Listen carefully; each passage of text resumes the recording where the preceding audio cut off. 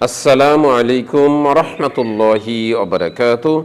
আলহামদুলিল্লাহি রাব্বিল আলামিন ওয়াসসালাতু ওয়াসসালামু আলা সাইয়্যিদিনা মুহাম্মদ ওয়া আলা আলিহি ওয়া আসহাবিহি আজমাইন।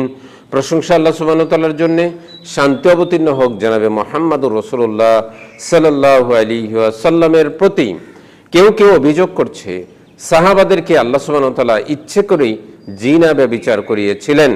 আবার কিছুদিন আগে একজন বলেছিল সাহাবারাও পরকীয়ায় জড়িয়ে পড়েছিলেন। নাউজুবিল্লাহ। এই ধরনের অভিযোগ সম্পূর্ণ ভিত্তিহীন, ইসলামের সাংঘর্ষিক বিষয়।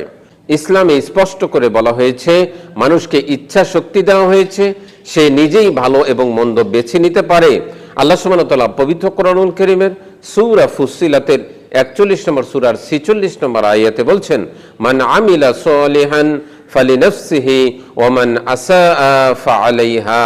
যে ব্যক্তি নেক আমল করে সে তার নিজের কল্যাণের জন্যই করে, আর যে ব্যক্তি অন্যায় করে সে তার বোঝা নিজেই বহন করবে, তার দায়ভার তার নিজেরই থাকবে। ইসলামে সাহাবীদের মর্যাদা অত্যন্ত গুরুত্বপূর্ণ। নবী মুহাম্মদ সাল্লাল্লাহু আলাইহি ওয়াসাল্লামের সঙ্গী ছিলেন সাহাবাগণ।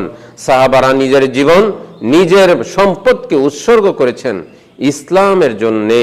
সাহাবাদের সম্পর্কে আল্লাহ সুবহানাহু ওয়া তাআলা বলছেন পবিত্র কোরআনুল কারীমের সূরাতুত তাওবার 9 নম্বর সূরার 100 নম্বর আয়াতে আল্লাহ সুবহানাহু ওয়া তাআলা বলছেন, ওয়াস-সাবিকুনাল আউয়ালুন মিনাল মুহাজিরিন ওয়াল আনসার ওয়াল্লাযীনা ইত্তাবাউহুম বিইহসান রাদিয়াল্লাহু আনহুম ওয়া রাদি আনহু। আল্লাহ সুবহানাহু ওয়া তাআলা বলছেন ওয়াস-সাবিকুনাল আউয়ালুন, যারা কিনা অগ্রগামী ছিলেন মুহাজির এবং আনসারদের মধ্য থেকে, এবং যারা তাদেরকে অনুসরণ করেছে খুবই সুন্দরভাবে, তাদের উপরে আল্লাহ সুবহানাহু ওয়া তাআলা সন্তুষ্ট এবং তারাও আল্লাহ সুবহানাহু ওয়া তাআলার প্রতি সন্তুষ্ট। জিনা ব্যভিচার সম্পর্কে ইসলামের অবস্থান কি? ইসলাম জিনা ব্যভিচারকে অশ্লীলতা বলে আখ্যায়িত করেছে।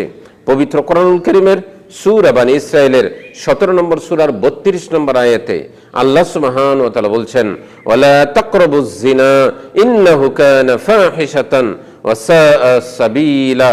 আল্লাহ সুবহানাহু ওয়া তাআলা বলছেন, ওয়ালা তাকরাবুজ জিনা, তোমরা জিনার নিকটবর্তী হয়ো না, কারণ এটি হচ্ছে অশ্লীল কাজ এবং সাআ সাবিলা, নিকৃষ্ট উপায়, নিকৃষ্ট পথ।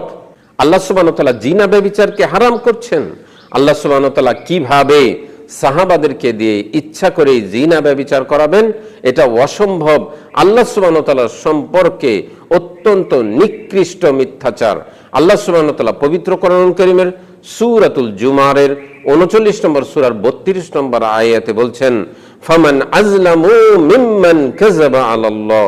তার চাইতে বড় জালেম আর কে হতে পারে যে আল্লাহ সম্পর্কে মিথ্যাচার করে থাকে?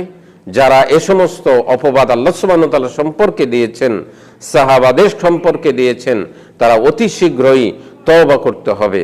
আল্লাহ সুবহানাহু ওয়া তাআলা সাহাবীদেরকে দিয়ে ইচ্ছা করে জিনা ব্যভিচার করাতে পারেন না, এটা অসম্ভব, এটা হতেই পারে না। আল্লাহ সুবহানাহু ওয়া তাআলা পবিত্র কোরআনুল কারীমের সূরাতুল আরাফের 7 নম্বর সূরার 28 নম্বর আয়াতে বলছেন, কুল ইন্নাল্লাহা লা ইয়া'মুরু বিল ফাহশাই। হে নবী, আপনি বলে দিন আল্লাহ সুবহানাহু ওয়া তাআলা কখনো অশ্লীল কাজের অনুমতি দেন না। আল্লাহ সুবহানাহু ওয়া তাআলা অশ্লীল কাজের অনুমতি দেন না। তাহলে আল্লাহ সুবহানাহু ওয়া তাআলার পক্ষে এটি কিভাবে সম্ভব? এটি একটি চরম মিথ্যাচার। আল্লাহ সুবহানাহু ওয়া তাআলার সম্পর্কে এটি আমরা প্রতিবাদ জানাচ্ছি।